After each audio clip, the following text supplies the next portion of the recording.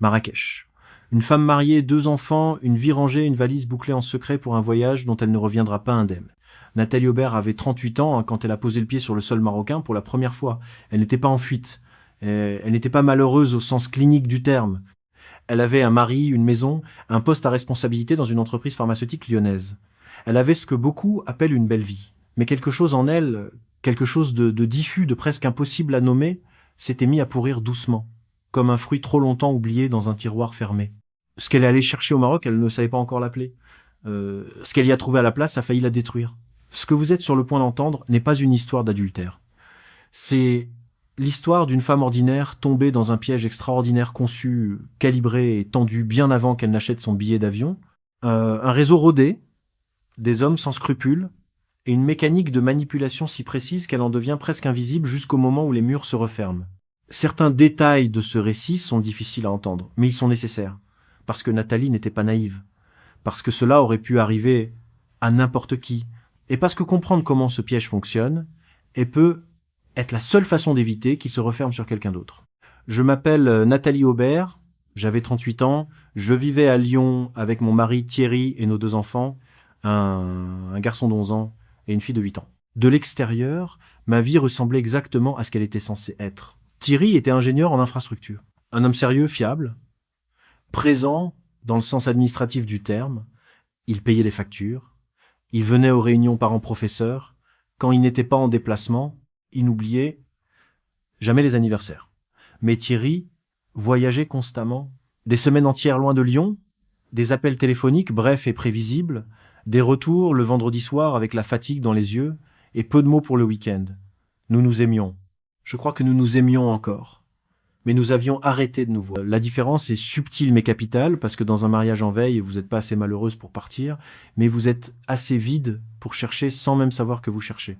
Il y avait des soirs où je regardais Thierry depuis le couloir pendant qu'il répondait à ses courriers professionnels, assis à son bureau, le dos tourné, et je me demandais depuis combien de temps il m'avait pas vraiment regardé. Pas regarder dans le sens d'un coup d'œil rapide au passage, mais regarder avec cette attention pleine qui dit à quelqu'un qu'il existe vraiment dans l'espace de quelqu'un d'autre. Je ne me rappelais plus. Et l'impossibilité de me rappeler était en elle-même une réponse.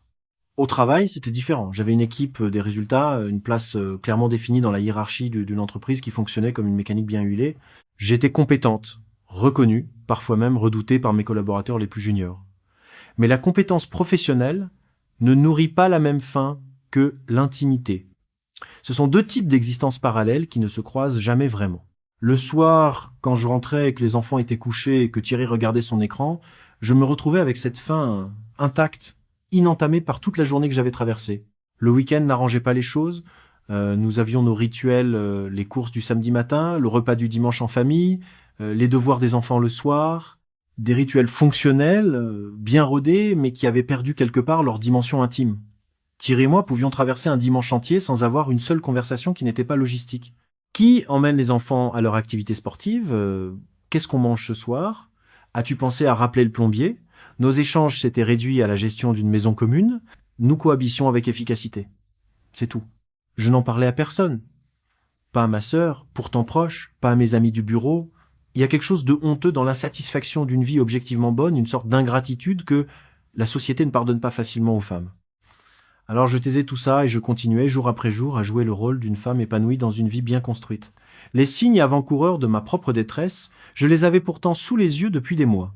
Les insomnies qui avaient commencé à s'installer doucement, ces nuits où je me réveillais à 3 heures du matin avec une agitation inexplicable, comme si quelque chose en moi refusait le silence et l'immobilité imposée par le quotidien, la façon dont certaines musiques m'émouvaient de manière disproportionnée, une chanson entendue par hasard dans une pharmacie, et je me retrouvais dans ma voiture avec les larmes aux yeux sans comprendre pourquoi. La façon dont je regardais parfois des photos de voyage sur les réseaux sociaux et ressentais quelque chose qui ressemblait moins à de l'envie qu'à du deuil.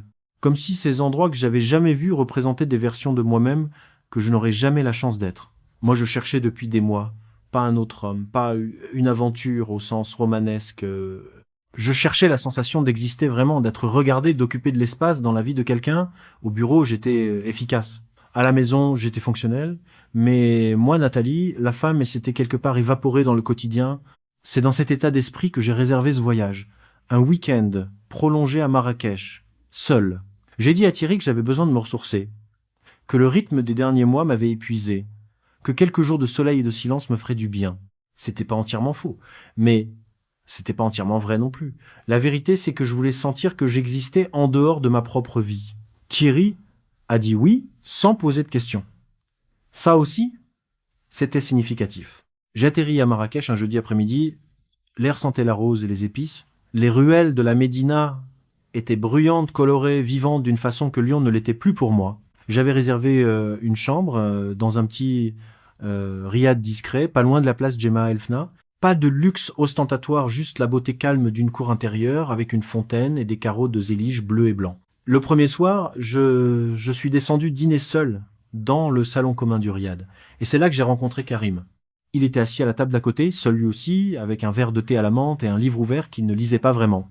La trentaine, grand, avec ce genre de visage qu'on qualifie trop vite de beau, alors qu'il était surtout expressif des yeux qui souriaient avant la bouche, une façon de pencher légèrement la tête quand il écoutait, comme si chaque mot que vous disiez méritait une attention totale. Il m'a adressé la parole en français parfait, sans accent marqué, avec une aisance naturelle, qui n'avait rien d'insistant.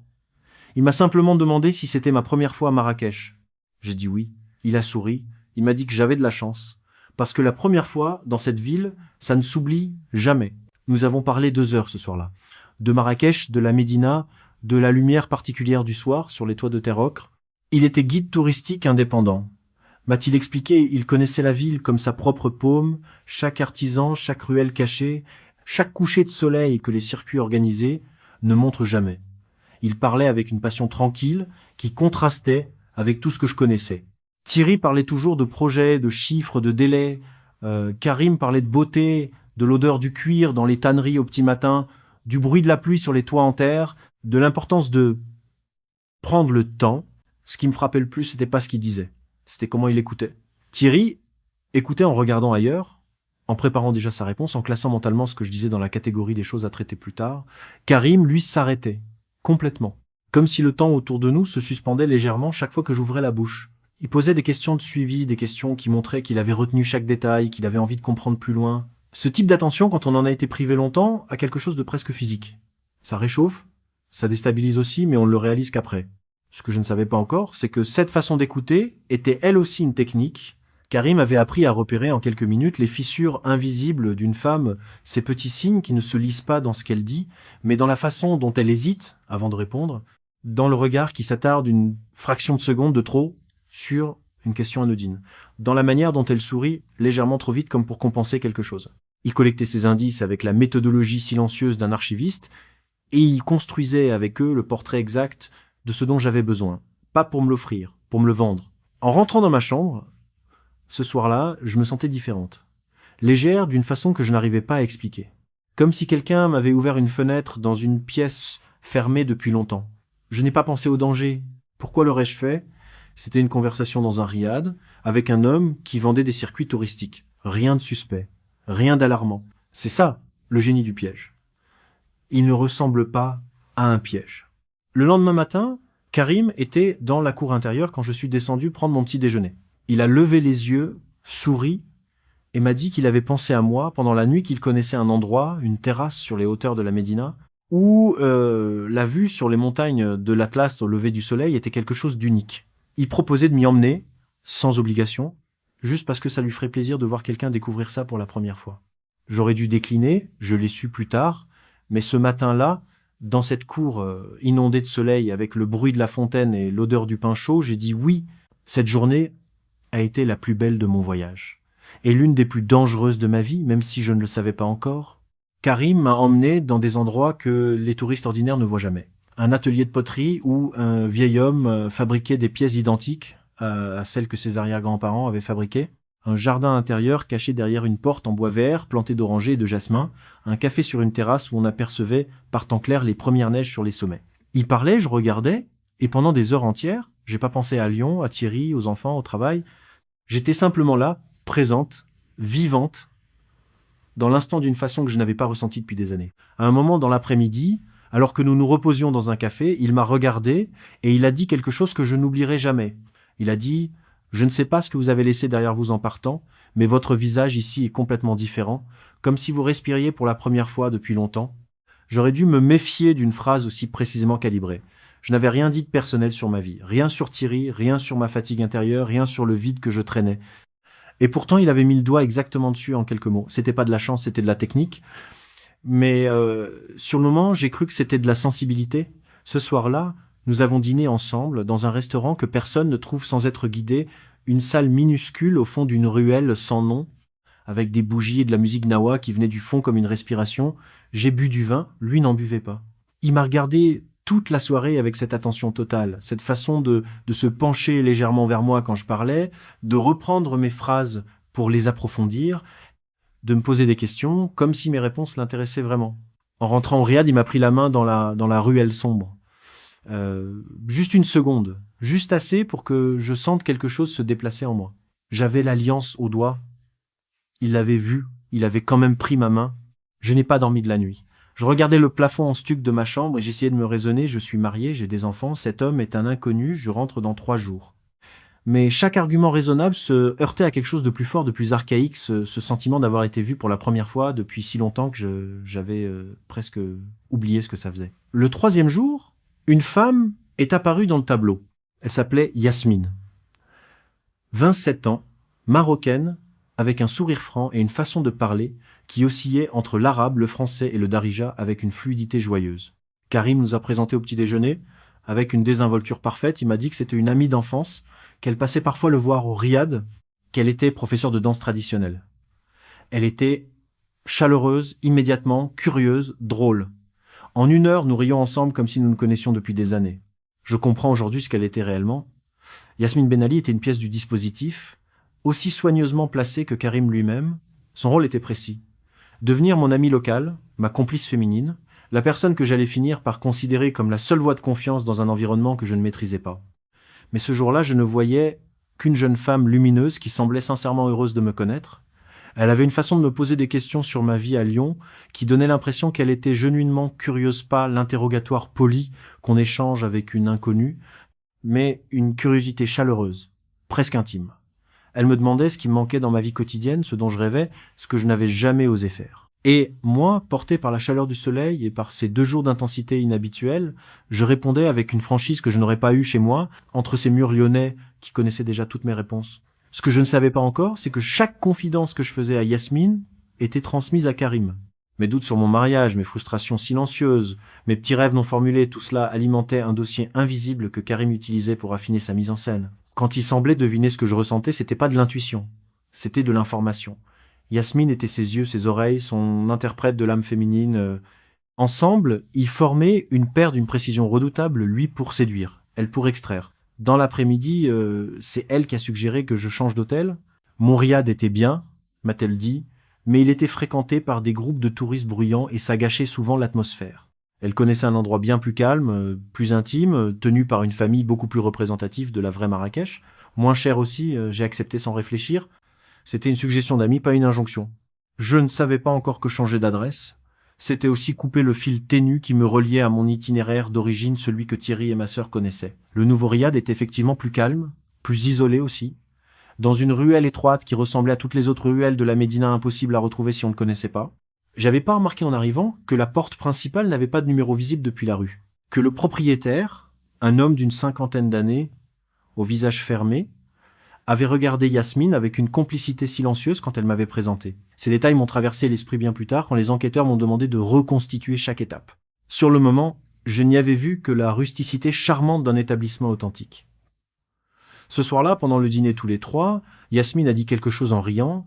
Il fallait que je coupe mon téléphone européen pendant quelques jours. Les notifications, les applications, ça empêche de vraiment être là. C'est pour ça que les gens rentrent de voyage sans avoir vraiment voyagé. Elle parlait avec légèreté, comme si c'était une philosophie personnelle, une blague presque. J'ai ri avec elle. Puis elle a ajouté, appeler son mari tous les soirs ne laisse jamais vraiment partir, même lui avait besoin de me savoir libre pour quelques jours, ça fait du bien aux deux. J'ai mis mon téléphone sur mode avion cette nuit-là, je pensais que c'était mon choix. La 4e nuit, Karim et moi avons dormi ensemble. Je n'ai aucune excuse à offrir. J'avais mon alliance, j'avais mes enfants, j'avais Thierry qui attendait à Lyon sans se douter de rien. Mais Karim avait passé 3 jours à construire quelque chose en moi, avec une précision d'horloger le sentiment d'être désiré, regardé comprise, vivante. Et cette nuit-là, dans ce riad isolé, coupé du monde par mon propre téléphone éteint, je me suis convaincu que c'était quelque chose de réel. C'était pas de l'amour. Je l'ai compris très vite. Mais sur le moment, c'était tellement plus facile de l'appeler ainsi. Ce que je savais pas, c'est que Karim avait installé une caméra dans la chambre, dissimulée dans l'angle supérieur d'une étagère en bois sombre entre deux objets décoratifs en céramique, orientés vers le lit, avec une précision qui n'avait rien d'accidentel. Plus tard, quand les enquêteurs ont examiné le riad, ils ont trouvé le même dispositif dans deux autres chambres. C'était pas une improvisation, c'était une infrastructure. Le lendemain matin, quelque chose avait changé dans son regard. Difficile à mettre en mots. Comme si un filtre avait glissé. Il était toujours souriant, toujours attentif, mais il y avait quelque chose de plus froid derrière les yeux. Une distance légère, comme si la pièce de théâtre continuait, mais que l'acteur principal avait arrêté d'y croire. Yasmine était moins présente aussi.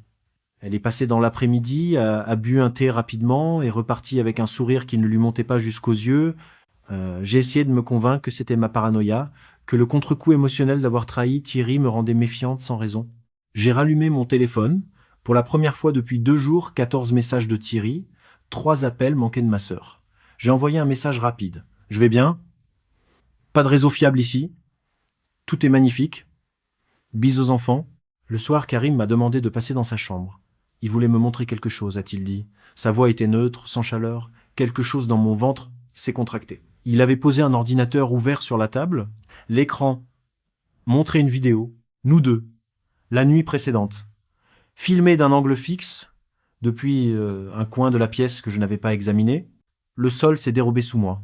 Il a parlé d'une voix égale, sans hâte, comme quelqu'un qui explique les termes d'un contrat qu'il connaît par cœur. Il m'a dit que la vidéo était très claire, que la qualité était bonne, qu'il avait l'adresse professionnelle de mon mari, son numéro de téléphone, l'adresse de l'école de mes enfants, que si je ne lui transférais pas 10 à 8 000 euros dans les 48 heures, Thierry recevrait la vidéo, mes collègues de travail aussi. Et que si j'appelais la police, il a souri légèrement l'inspecteur à qui je tomberais probablement avait d'autres priorités que de s'occuper de l'indiscrétion d'une touriste française. Puis il a fermé l'ordinateur, m'a dit bonne nuit, et m'a laissé seul dans la pièce. Je suis resté debout toute la nuit. Je n'ai pas pleuré. Je ne savais pas encore pleurer la terreur. Quand elle est suffisamment pure, anesthésie tout le reste. Je tournais dans cette petite chambre comme un animal qui comprend pour la première fois la dimension réelle de sa cage. J'essayais de réfléchir. Appeler la police, il m'avait dit que ça servirait à rien. Appeler Thierry, c'était déclencher exactement ce que Karim menaçait de faire. Appeler ma sœur, mon téléphone, avait-il été compromis? Je ne savais plus à quoi me fier. Ce que je ne comprenais pas encore, c'est que ce moment de paralysie était lui aussi calculé. Le réseau avait appris depuis longtemps que les 48 premières heures après la révélation du piège étaient les plus précieuses. Celles où la victime, sidérée, isolée, envahie de honte, ne contacte personne et ne cherche pas à s'échapper. La honte était l'arme la plus efficace du dispositif. Pas la caméra, pas les menaces. La honte. Il y avait quelque chose de particulièrement cruel dans cette mécanique.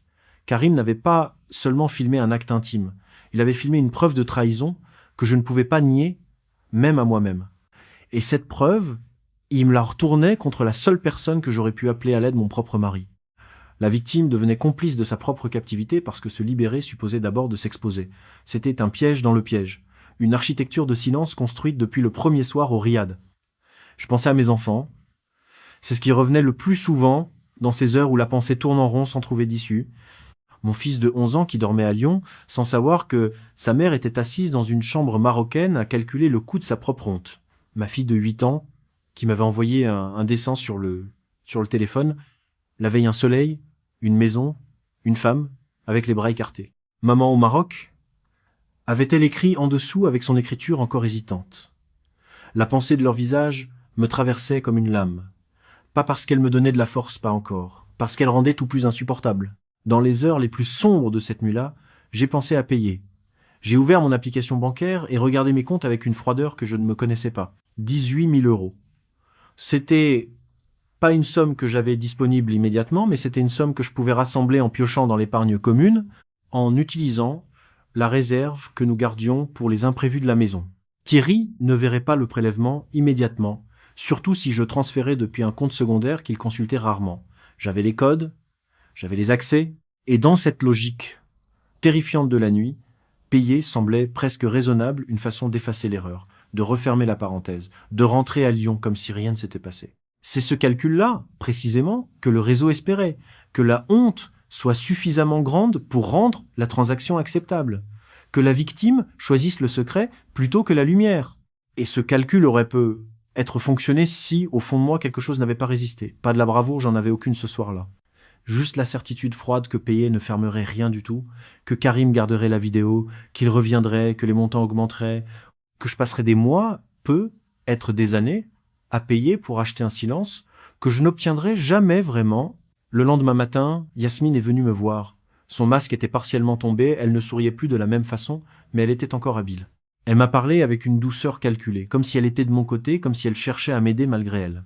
Elle m'a dit que Karim était sérieux, qu'elle le connaissait depuis longtemps, qu'il avait déjà fait ça avant, et que les femmes qui avaient essayé de résister avaient regretté leur choix. Elle m'a dit que 10 à 8 000 euros, c'était beaucoup, mais que c'était gérable, que Thierry n'avait pas besoin de savoir, que ça pouvait rester entre nous, que dans une semaine ce serait fini, et que je rentrerais chez moi comme si rien ne s'était passé. J'ai réalisé à ce moment-là que Yasmine n'était pas une amie qui regrettait ce qui se passait. Elle était là pour s'assurer que je ne fléchisse pas, que je paie, et que je parte sans faire de vagues. J'ai demandé à utiliser ses toilettes. Elle a dit oui distraitement en continuant à parler. J'ai pris son téléphone posé sur le lavabo, elle n'avait pas de code de verrouillage. Ou peut être qu'il s'était déverrouillé contre le rebord, je ne sais plus. J'ai eu 30 secondes, peut être 40. J'ai ouvert les messages et j'ai tapé le numéro de ma sœur de mémoire. 3 mots. Maroc, aide, Riyad, Zitoun. Puis j'ai posé le téléphone exactement là où il était et je suis ressorti. Les heures qui ont suivi ont été les plus longues de ma vie. Je ne savais pas si ma sœur avait reçu le message. Je ne savais pas si elle comprendrait. Je ne savais pas si Yasmine avait regardé ces messages envoyés. Je continuais à jouer le rôle de la femme terrorisée et docile parce que c'était la seule façon de gagner du temps. Karim est revenu dans la soirée. Il a augmenté la somme. 30 000 euros maintenant, m'a-t-il dit, parce que j'avais réfléchi trop longtemps. Chaque heure d'hésitation supplémentaire coûtait 2 000 euros de plus. C'était une pression supplémentaire, un resserrement de l'étau destiné à empêcher la pensée rationnelle. Et ça fonctionnait à chaque fois qu'il parlait, quelque chose en moi se liquéfiait, mais j'avais envoyé ce message. Et maintenant, je n'avais plus qu'à attendre. La deuxième nuit d'attente a été différente de la première. Moins de panique, davantage de ce froid particulier qui s'installe quand on a pris une décision irréversible et qu'on ne peut plus que vivre avec ses conséquences. Je ne savais pas encore si ce que j'avais fait allait me sauver ou précipiter ce que je craignais le plus. Peut être que ma sœur n'avait pas compris. Peut être qu'elle avait cru à un message envoyé par erreur. Peut être que personne ne viendrait. Ce que j'ai fait dans cette attente, c'est ce que font les personnes acculées depuis la nuit des temps. J'ai essayé de me souvenir de qui j'étais avant tout ça. Pas la femme piégée dans ce riad, pas l'épouse infidèle. La femme d'avant, celle de Lyon, celle qui avait élevé 2 enfants, mené des équipes, traversé les années sans jamais vraiment se laisser aller à l'effondrement. Cette femme existait encore quelque part. Et c'est elle que j'essayais de convoquer dans le noir en attendant que quelque chose change. Ce que je ne savais pas, c'est que ma sœur avait compris immédiatement. Elle avait reconnu mon numéro malgré l'expéditeur inconnu. Elle avait regardé les mots et avait su, non pas exactement ce qui se passait, mais que quelque chose n'allait pas. Elle avait appelé Thierry dans la minute. Thierry a réagi d'une façon que je n'aurais jamais anticipée. Pas de panique, pas de questions. Une détermination froide, immédiate, méthodique. Il a raccroché avec ma sœur et a appelé le consulat français à Casablanca. Il avait un nom, Maître Isabelle Fortier, une avocate lyonnaise spécialisée en droit international que quelqu'un au bureau lui avait mentionné un jour dans une conversation anodine. Il l'a appelée à 22 heures. Elle a décroché. En quelques heures, une mécanique s'est mise en branle que Karim et son réseau n'avaient pas anticipé. Le consulat a contacté la police marocaine. Maître Fortier avait envoyé des courriers formels avec mon nom, ma photo, ma dernière adresse connue. La pression diplomatique franco-marocaine, quand elle se concentre sur un cas précis et documenté, peut aller vite. Ce que je n'ai appris que plus tard, c'est qu'un inspecteur de la police de Marrakech, Rachid Moussaoui, avait des liens avec le réseau de Karim depuis plusieurs années. Il avait bénéficié d'une enveloppe mensuelle pour s'assurer que les plaintes éventuelles s'égaraient dans les archives avant d'arriver sur un bureau. Mais quand Maître Fortier a contacté directement le responsable de la brigade criminelle, en court-circuitant la chaîne habituelle, Moussaoui a compris que ses protections habituelles ne tiendraient plus. Il a fait le calcul et il a choisi de se retourner. C'est lui qui a fourni les adresses des planques du réseau. C'est lui qui a confirmé l'identité de Sofiane Idrissi, le frère aîné de Karim qui gérait les flux financiers depuis un appartement à la périphérie de la ville. Et c'est lui qui a précisé le nom du riad où j'étais retenu information que les enquêteurs n'auraient pas trouvé sans lui parce que l'établissement n'apparaissait dans aucun registre officiel sous ce nom-là. Ce retournement de Moussaoui n'était pas un acte de conscience. C'était un calcul de survie. Les enquêteurs qui ont reconstitué la chronologie ont établi qu'il avait reçu une dernière enveloppe de Sofiane moins de 2 semaines avant de communiquer les adresses à la brigade criminelle. Il avait pris l'argent et vendu ses associés dans le même mouvement, avec la fluidité d'un homme qui a, depuis longtemps, appris à ne servir que ses propres intérêts. Ce détail, quand je l'ai appris, n'a pas rendu ma libération moins réelle. Mais il m'a rappelé quelque chose d'important dans cette histoire. Personne n'était venu me sauver par bonté pure. Maître Fortier faisait son travail, Moussaoui sauvait sa peau. Thierry agissait par amour, peut-être, mais aussi par la terreur froide d'un homme qui réalise soudainement l'étendue de ce qu'il a négligé. Les bonnes actions, dans la vie réelle, ont rarement des motivations simples. 72 heures après que j'avais envoyé mes 3 mots depuis le téléphone de Yasmine, la porte du riad s'est ouverte sur 4 policiers en civil. Je me souviens du bruit des pas dans le couloir en carrelage. Je me souviens que j'étais assise sur le bord du lit, les mains croisées sur les genoux, parce que je n'avais plus l'énergie de faire quoi que ce soit d'autre. Et puis la porte s'est ouverte, et j'ai entendu des voix françaises parmi les voix arabes. Maître Fortier avait fait le déplacement elle-même, ce que je n'avais pas prévu et qui m'a fait craquer complètement. J'ai pleuré dans les bras d'une femme que je n'avais jamais rencontrée, au milieu d'une pièce dans un riad dont je n'avais jamais voulu faire ma prison. C'était le premier moment, depuis des jours, où je sentais que j'avais le droit d'être effrayé. Karim a été arrêté dans la même heure. Il n'a pas cherché à fuir, peut être parce qu'il croyait pas encore que le filet s'était resserré pour de vrai, peut être parce qu'il avait trop confiance dans ses protections habituelles. Sofiane a tenté de prendre la route vers Agadir avec 2 valises et plusieurs téléphones. Il a été arrêté à un barrage routier à moins d'1 heure de la ville. Yasmine a été retrouvée dans un appartement chez une connaissance. Elle a coopéré avec les enquêteurs dès le premier interrogatoire. Le vol de retour vers Lyon, je l'ai fait assise à côté de Thierry. Il était venu lui-même. Il avait pris le premier avion disponible dès que le consulat lui avait confirmé que j'étais hors de danger. Il était là dans le hall de l'aéroport de Marrakech quand je suis sorti avec Maître Fortier, et son visage, quand il m'a vu, je n'arrive pas encore à le décrire sans perdre la voix. Il y avait de la colère dedans. Beaucoup. Mais il y avait autre chose aussi, quelque chose de plus grand que la colère, une sorte de soulagement brut, animal, comme celui d'un père qui retrouve son enfant perdu dans une foule. Il m'a pas serré dans ses bras immédiatement. Il m'a regardé pendant plusieurs secondes sans rien dire. Puis il a dit simplement « On rentre dans l'avion, nous n'avons presque pas parlé. » J'avais les mains posées sur mes genoux comme au moment de l'arrestation, une position que j'avais adoptée par réflexe de survie et dont je n'arrivais plus à me défaire. À un moment, Thierry a posé sa main sur les miennes sans me regarder, sans rien dire, les yeux fixés sur le hublot noir. Ce geste-là a été la chose la plus difficile à supporter, plus difficile que la menace de Karim, plus difficile que les nuits sans sommeil. Parce que c'était réel. Et que la réalité, après tout ce qui s'était passé, faisait physiquement mal. Les semaines qui ont suivi le retour ont été les plus compliquées de ma vie d'adulte. Pas à cause du procès, pas à cause des démarches administratives. Maître Fortier gérait tout ça avec une efficacité froide et rassurante, compliquée à cause de tout le reste. Thierry et moi avons eu des conversations que nous n'aurions jamais eues autrement. Des conversations nocturnes, dans la cuisine, en chuchotant pour ne pas réveiller les enfants, où tout ce qui s'était accumulé depuis des années dans le silence d'un mariage en veille remontait à la surface avec une brutalité que ni l'un ni l'autre n'était préparé à affronter. Il m'a dit qu'il savait que quelque chose n'allait pas depuis longtemps, qu'il savait pas comment l'atteindre, qu'il avait choisi de croire que le silence était une forme de respect alors que c'était de l'évitement. Je lui ai dit que j'étais pas parti au Maroc pour le tromper, que même alors de l'honnêteté totale, c'était la vérité. J'étais parti pour chercher quelque chose que je ne savais pas nommer. Ces conversations n'ont pas tout réparé. Certaines nuits, Thierry dormait dans le canapé. Certains matins, nous nous regardions pas pendant le petit déjeuner des enfants. La reconstruction, quand elle est vraie, ne ressemble pas à la réconciliation des films. Elle ressemble à 2 personnes qui continuent à se lever le matin dans la même maison et qui choisissent, jour après jour, de ne pas abandonner. Il y avait des moments particulièrement durs où la colère de Thierry remontait sans prévenir. Un soir, plusieurs semaines après le retour, alors que les enfants étaient chez ma mère pour le week-end, il m'a posé la question que je savais venir depuis le début. Il m'a demandé si j'avais eu des sentiments réels pour Karim. Pas des sentiments en tant que victime de manipulation des sentiments vrais de femme pour un homme. J'ai réfléchi longtemps avant de répondre et j'ai dit la vérité. Je lui ai dit que je savais pas faire la différence entre ce que j'avais ressenti et ce qu'on m'avait fait ressentir. Que c'était peu être la question la plus honnête que j'ai jamais posée à moi-même. Que la réponse, quelle qu'elle soit, ne changeait pas le fait que j'avais choisi de rester. Thierry n'a rien dit pendant longtemps. Puis il a hoché la tête. Pas en signe d'acceptation, en signe de compréhension. C'était suffisant pour ce soir-là. Il y a eu d'autres soirs difficiles, des soirs où Thierry rentrait du travail et regardait sa valise dans l'entrée avec une expression que je ne lui connaissais pas avant une hésitation, une conscience soudaine de ce que son absence répétée avait construit dans la maison en son absence.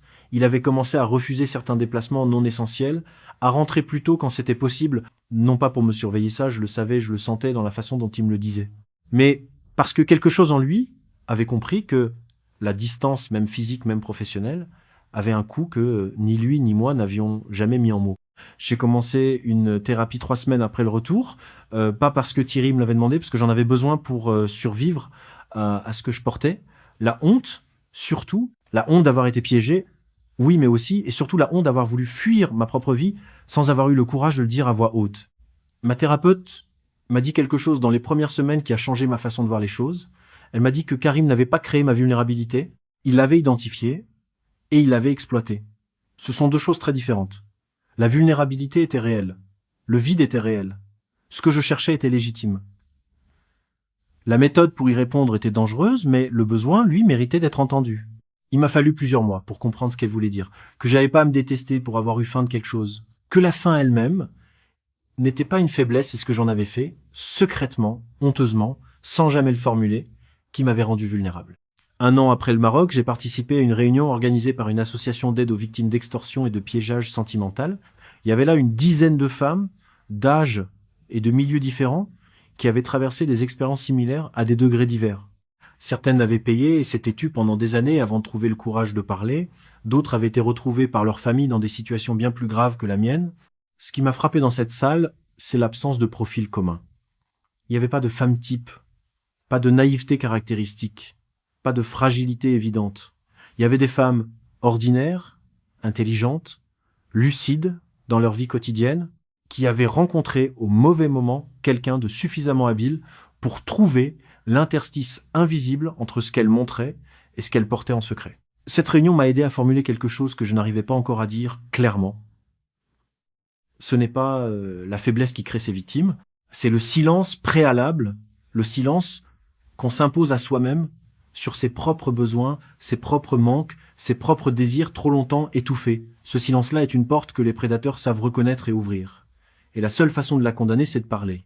Le procès a eu lieu plusieurs mois après mon retour en France. Le tribunal correctionnel de Marrakech avait retenu les chefs de séquestration, extorsion et association de malfaiteurs. J'avais témoigné par vidéoconférence depuis Lyon, avec Maître Fortier à mes côtés. Je m'étais préparé pendant des semaines à voir Karim croiser son regard sur l'écran, à entendre sa voix. Quand le moment est arrivé, c'était différent de ce que j'imaginais. Il était là, en costume sombre, les mains posées sur la table, avec ce même calme de surface qui m'avait trompé dès le premier soir. Mais quelque chose avait changé dans ses yeux. L'attention totale, la façon de se pencher légèrement, tout ça avait disparu.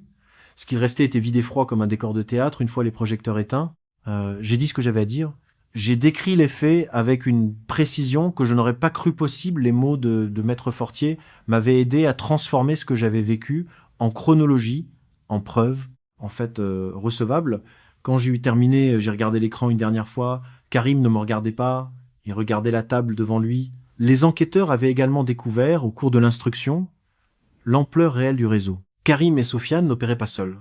Il y avait des connexions avec d'autres cellules dans 2 villes balnéaires du sud du pays, un système de partage d'informations sur les victimes potentielles via des messageries cryptées, et une comptabilité parallèle qui révélait des dizaines de cas sur plusieurs années des femmes qui avaient payé et s'étaient tues, des cas qui n'avaient jamais fait l'objet d'une plainte officielle parce que la honte avait rempli exactement le rôle que le réseau lui assignait. Le montant total extorqué sur l'ensemble des victimes identifiées dépassait les 400 000 €.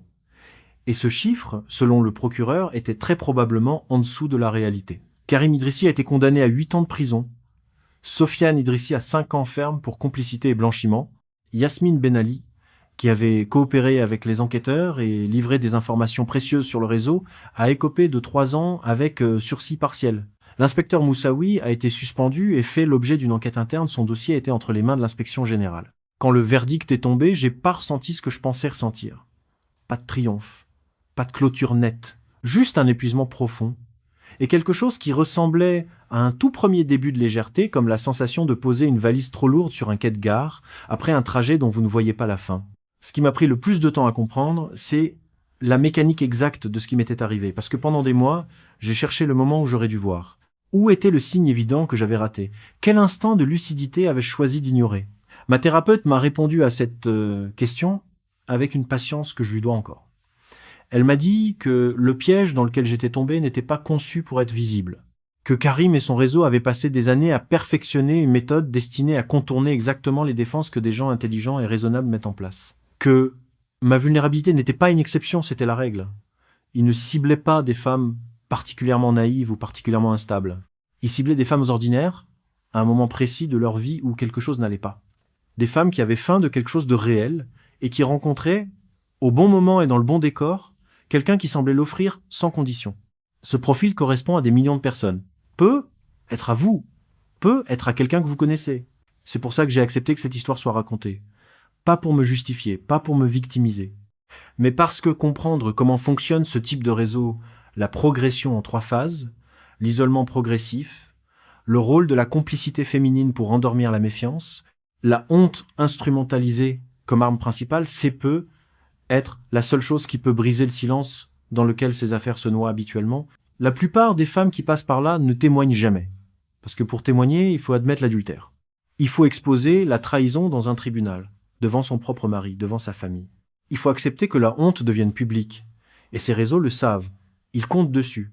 C'est la dernière ligne de défense du dispositif, le silence que la victime s'impose elle-même. Moi, j'ai eu la chance d'avoir un mari qui a mis sa colère de côté pour sauver sa femme avant de la juger. J'ai eu la chance d'avoir une sœur assez lucide pour lire 3 mots et comprendre. J'ai eu la chance d'avoir une avocate qui a décroché son téléphone à 22 heures. Beaucoup d'autres n'ont pas cette chance. Beaucoup d'autres paient et se taisent et rentrent chez elles avec quelque chose de brisé à l'intérieur que personne ne voit jamais. Thierry et moi sommes toujours ensemble. Je mesure le poids de cette phrase à chaque fois que je la dis, parce qu'elle aurait pu ne pas être vraie. Notre couple a survécu difficilement, lentement, avec des rechutes et des moments où l'un ou l'autre a failli lâcher. Mais il a survécu parce que nous avons tous les deux choisi de regarder en face ce que le Maroc avait révélé, et pas seulement ce qu'il m'avait fait subir. Le vide était là bien avant Karim. L'absence de communication était là bien avant Marrakech. Si nous n'avions pas été prêts à regarder ça, le reste n'aurait servi à rien. Les enfants n'ont jamais su les détails. C'est suffisant pour leur âge a eu un problème au Maroc, que des gens ont essayé de l'escroquer, que la police a aidé. C'est suffisant pour leur âge. Peut être qu'un jour, quand ils seront adultes, j'expliquerai davantage, ou peut être pas. Certaines vérités n'ont pas besoin d'être transmises, certaines expériences appartiennent à ceux qui les ont traversées. Ce que j'essaye de leur transmettre sans mots, c'est autre chose. C'est la conviction que demander de l'aide n'est pas une honte, que le silence, quand il protège quelqu'un qui vous fait du mal, n'est pas une vertu, et que 3 mots envoyés au bon moment peuvent changer l'issue d'une histoire. Il y a une phrase que j'ai mise longtemps à vraiment comprendre. Je l'avais dite à l'audition consulaire quelques heures après ma libération, dans un état second, comme quelqu'un qui réfléchit à voix haute sans savoir encore si c'est vrai. Je l'avais dit en pensant à Karim, il ne m'aimait pas. Il m'avait choisi, c'est pas la même chose. Mais en thérapie, plusieurs mois plus tard, j'ai compris que cette phrase me concernait aussi, et pas seulement lui. Parce que moi non plus, j'avais pas vraiment choisi ma vie. Je l'avais laissé se construire autour de moi sans jamais décider activement de ce que je voulais qu'elle soit. Le mariage, le travail, les enfants, la maison de Lyon, tout ça était bien, tout ça était réel. Mais je ne l'avais jamais revendiqué de l'intérieur. Je vivais une vie que j'avais acceptée plutôt qu'une vie que j'avais voulu. Ce que j'ai commencé à faire depuis, c'est choisir. Choisir de rester avec Thierry pas par défaut, mais activement chaque matin. Choisir de dire à voix haute ce que je ressens, même quand c'est inconfortable. Choisir de ne plus laisser le vide s'accumuler en silence, jusqu'à ce qu'il cherche une sortie par n'importe quelle porte. C'est pas une rédemption facile à raconter. Il y a rien d'édifiant dans une femme qui s'est trompée et qui a failli en payer le prix le plus élevé, mais il y a quelque chose d'honnête. Et l'honnêteté, j'ai appris, est le seul endroit depuis lequel on peut vraiment recommencer. Je suis parti chercher ce qui me manquait. J'avais pas compris ce qui me manquait, c'était moi. À la prison de Marrakech, Karim Idrissi occupait sa cellule avec l'indifférence de quelqu'un qui attend. Les gardiens disaient qu'il ne parlait jamais des victimes, qu'il ne manifestait ni remords ni colère, qu'il lisait beaucoup, dormait bien, mangeait ce qu'on lui apportait, comme quelqu'un en transit, pas en punition. Yasmine Ben Ali, en revanche, avait demandé à rencontrer une assistante sociale. Elle voulait reprendre des études. Elle parlait de droit, de travailler un jour à aider des femmes dans des situations similaires à celles qu'elle avait contribué à créer. Les enquêteurs qui l'avaient interrogée disaient qu'ils ne savaient pas si c'était sincère ou calculé que la frontière, chez quelqu'un formé comme elle, était difficile à tracer. Peu est qu'elle ne le savait pas elle-même. Sofiane Idrissi refusait tout entretien. Il attendait l'issue de son appel en silence, avec la sécheresse d'un homme qui a perdu mais qui n'a pas encore décidé d'arrêter de jouer. Et quelque part, à Lyon, un homme et une femme regardaient leurs enfants dormir depuis le couloir, la porte entr'ouverte, sur le sommeil tranquille de ceux qui ne savent pas encore le poids de ce que leurs parents ont traversé pour rester debout côte à côte dans ce même couloir. Certaines histoires ne finissent pas, elles se transforment, et parfois la transformation est la seule forme de fin qu'on puisse espérer.